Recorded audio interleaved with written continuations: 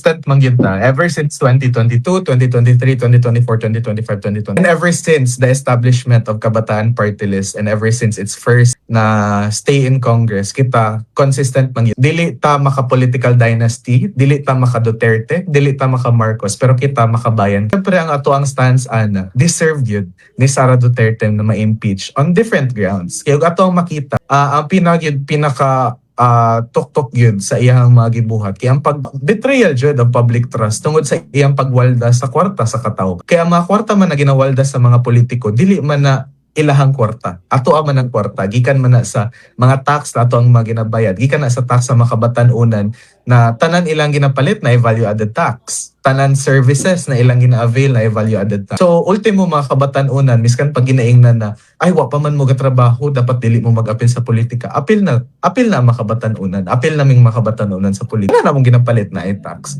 So syempre kita firm gid ato ang stance na dapat siya ma-impeach, and then base pod sa iyang mga ginaingon na walay basis, kesyo, pamulitika lang. So syempre kato, deserve yun niya ma-impeach.